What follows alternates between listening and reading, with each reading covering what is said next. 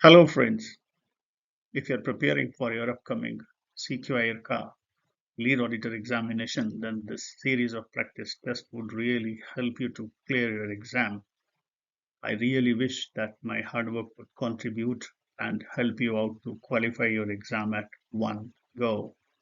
Please subscribe, like, and share. All the best, friends. Suppose you, as a team leader, doing stage 2 audit of a film production company in Birmingham. Justin, the MD there, asks you to declare two standards that can be used as audit criteria while auditing their occupational health and safety management system. Which two would you refer from the below mentioned standards?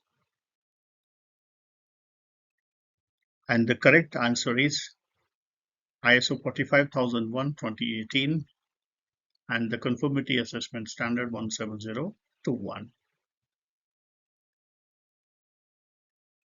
The Mills Studio in London asks you to decide that which auditor can participate in the first party audit. Auditor of CB, auditor of supplier, auditor of the Mills Studio, auditor of the British Board of Film Classification, or the auditor of the consulting organization. The correct answer is that the auditor of the Mills Studio can participate in the first party audit, and the auditor of some consulting organization can also participate in the first party audit. Arrange the four phases of audit in a sequence. Friends, there are four phases of audit. You can have this mnemonic for your quick reference. PERC, P-E-R-N-C. The first phase of audit is audit planning phase. The second is audit execution. Third is audit reporting. And the fourth one is conducting audit follow-up. Arrange the below audit process related activities in a sequence. We need to understand the below audit process related activities in a sequence. Once we start audit, we are with auditee, which is our source of information.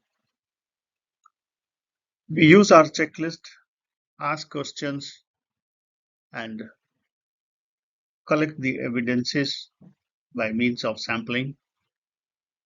Whatever records we collect from them, that becomes our audit evidence. We evaluate that evidence against our audit criteria, which can be your shell requirements, say ISO 9001:2015 here. Once you evaluate against the shell requirements, you generate your findings, then you review your findings, and you conclude at last. Friends, you will have the drag and drop kind of options in your examination, and the statement here is the international standard ISO 45001:2018 employs the dash which incorporate the dash and dash. So fill the appropriate option here. Drag and drop the appropriate option here. The statement with the correct option is that the international standard ISO 45001:2018 employs the process approach which incorporates the PDCA cycle and the risk-based thinking. Why should you have the process approach in your organization? So you should have the process approach in your organization so that you can plan your processes and their interactions accordingly. That would improve the efficiency and the productivity, and the customer satisfaction will be enhanced, and this will improve your decision making and the KPIs around the process. What are the benefits of PDCA cycle in your organization?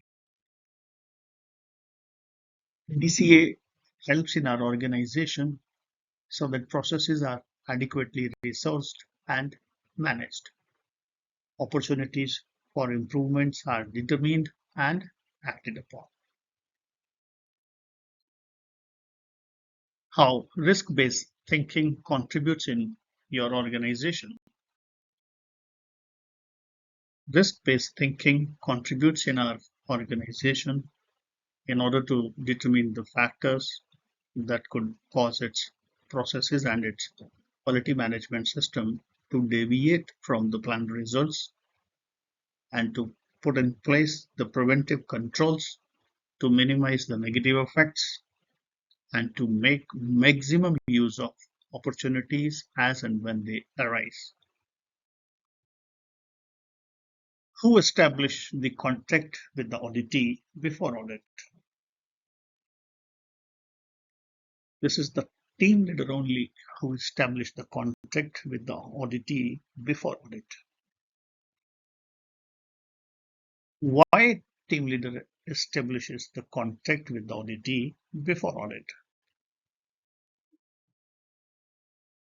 Team leader establishes the contact with the auditee before audit in order to confirm the authority to conduct the audit and to resolve issues regarding the composition of the audit team with the auditee or maybe the audit client, and to confirm the communication channels with the auditee's representatives, and to determine the applicable statutory and regulatory requirements and other requirements which are relevant to the activities, processes, product and services of the auditees.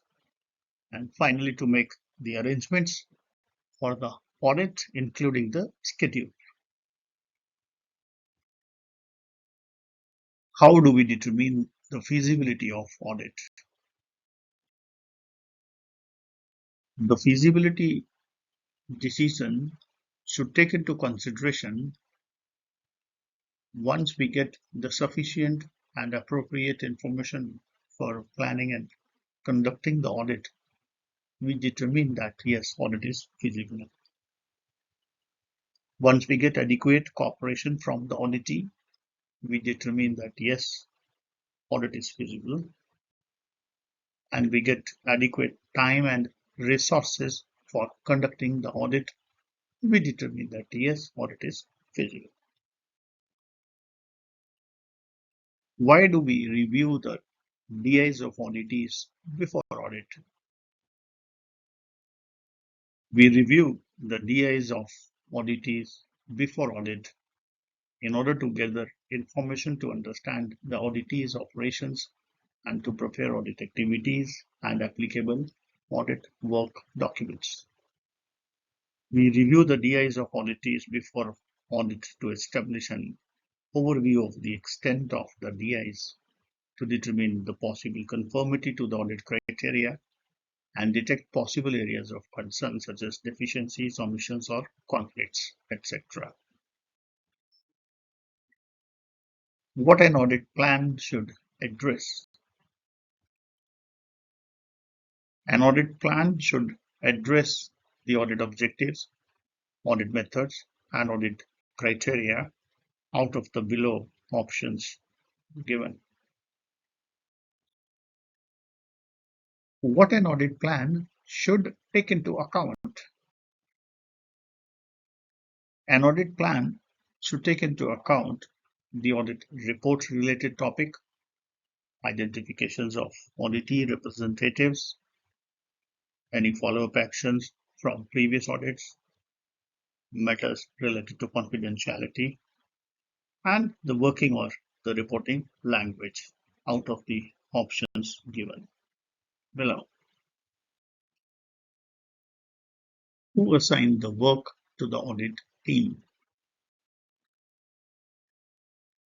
This is the team leader only who assigned the work to his audit team. Who appoints guide? And guide should assist Whom? This is auditee only who appoints guide, and guide should assist the audit team members. What an audit report should include, check the options below. An audit report should include the audit objectives, the audit criteria, and the audit scope out of the options given.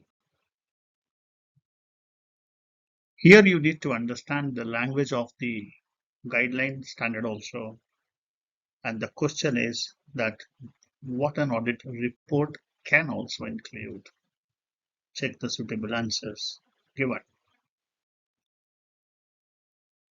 An audit report can also include the audit plan, can also include the good practices identified during audit, can also include any unresolved diverging opinion of the auditees, can also include the dates and locations where audit conducted, and the statement of confidential nature content.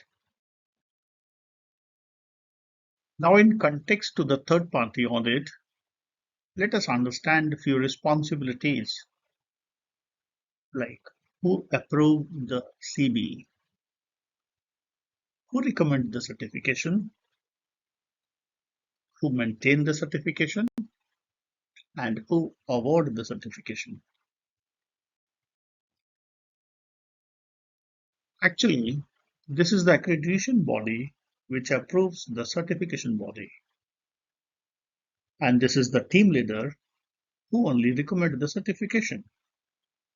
An auditee is supposed to maintain the certification, and finally the certification body only award the certification. Which aspect mentioned below of the occupational health and safety management system must the organization continually improve?